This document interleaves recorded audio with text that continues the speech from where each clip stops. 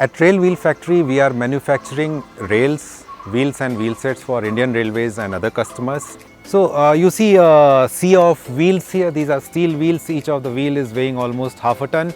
And on a good day, we produce one wheel every 2 minutes, one axle every 4 minutes, and we join them together and make a wheel set which goes below a coach or wagon every 6 minutes. So you can understand we are using lots of hot furnaces, and for cooling those furnaces there is a requirement of process water, and after the process water runs through the cooling towers, we are having attrition of almost 2 to 3 lakh liters of water daily, and this water has to be topped up.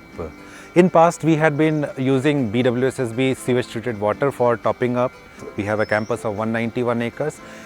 We used to have 3 borewells here, 1 STP, as well as water coming from the BWSSB. So along with these 3 or 4 sources, we used to meet our water requirement of 2 to 3 lakh liters every day.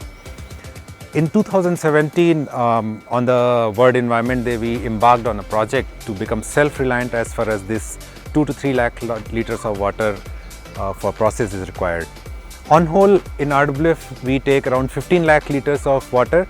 Now this 15 lakh liter of water also involves water which goes to 2 of our townships. We have 2 of our townships spread over 100 acres. So the project was basically focusing on 191 acres of the plant area. And here we have studied the terrain of the plant, and we have capitalized on the stormwater drains which we already had. We diverted them to the lowest point of our plant, which luckily had a boundary, clear boundary. One side was a physical boundary, on another side we had boundary because of the elevated rail track. We created wetlands there, we created some water bodies there, and basically we had 4 wells inside the plant, 2 of which were active.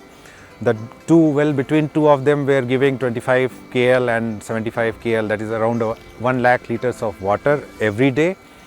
And 2 wells were there which were smaller wells, and they were abandoned, out of disuse for a long time. We went on rejuvenating these 4 wells.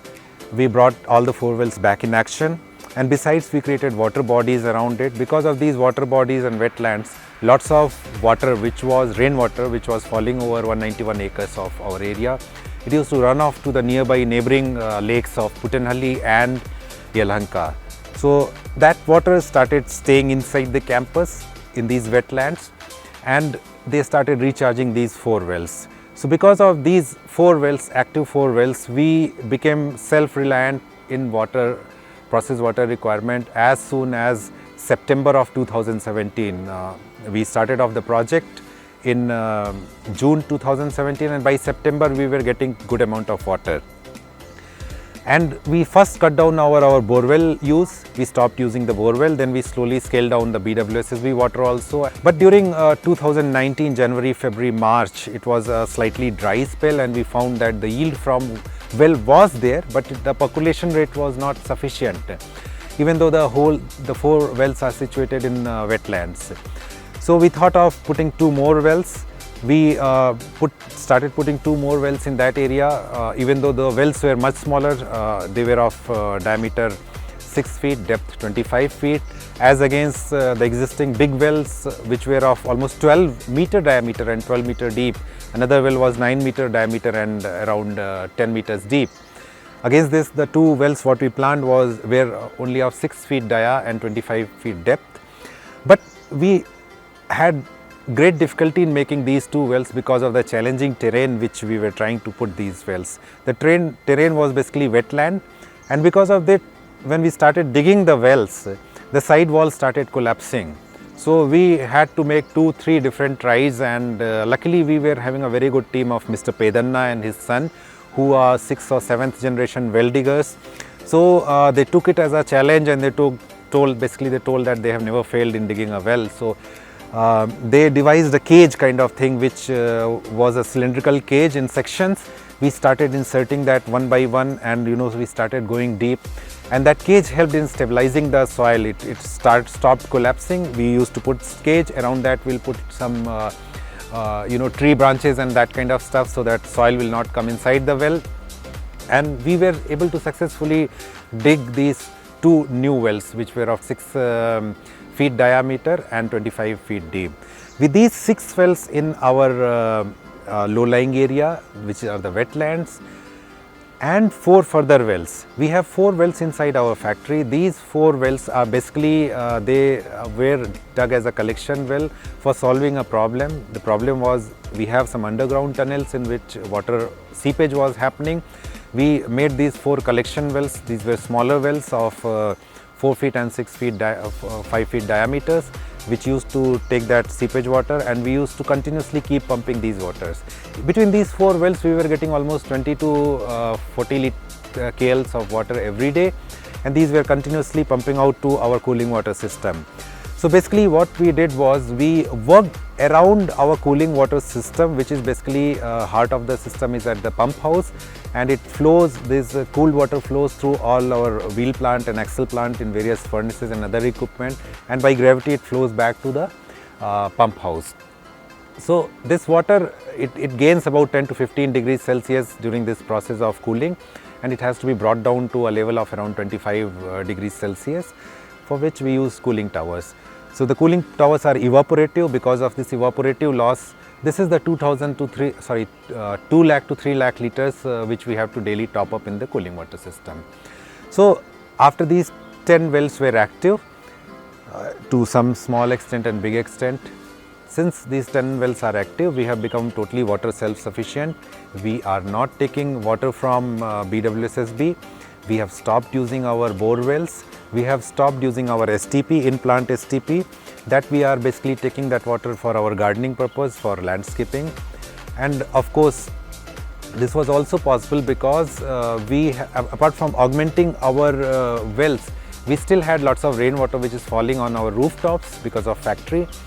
All those rooftop water we collected, and we created 4 mega rainwater harvesters. These are structures which are very unique, probably first time in any industry it has been done in India.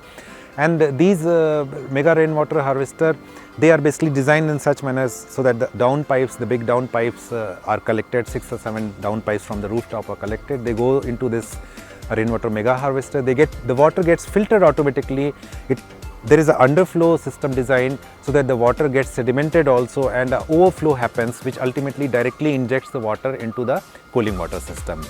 Because of these 4 rainwater mega harvesters which we installed, each of these generate almost 25,000 liters every rainfall. So we get 1 lakh liters of rainwater every rainfall from these 4 rainwater mega harvesters. Then we devised a very unique method to collect surface runoff water. We took a place where from our pump house, the elevation was about 1.5 meters. There we diverted the open drains, the stormwater drains which were coming, and we created a 4-chamber about 60 feet long and 10 feet wide area of 4 chambers where the water goes through some jelly of various size. It is some big jellies there, some fine jellies there. In 4 chambers it overflows, underflows, again it overflows and underflows, and finally the water through 4 pipes, it flows into 2 chambers, 2 ground level reservoirs of 70 KL each.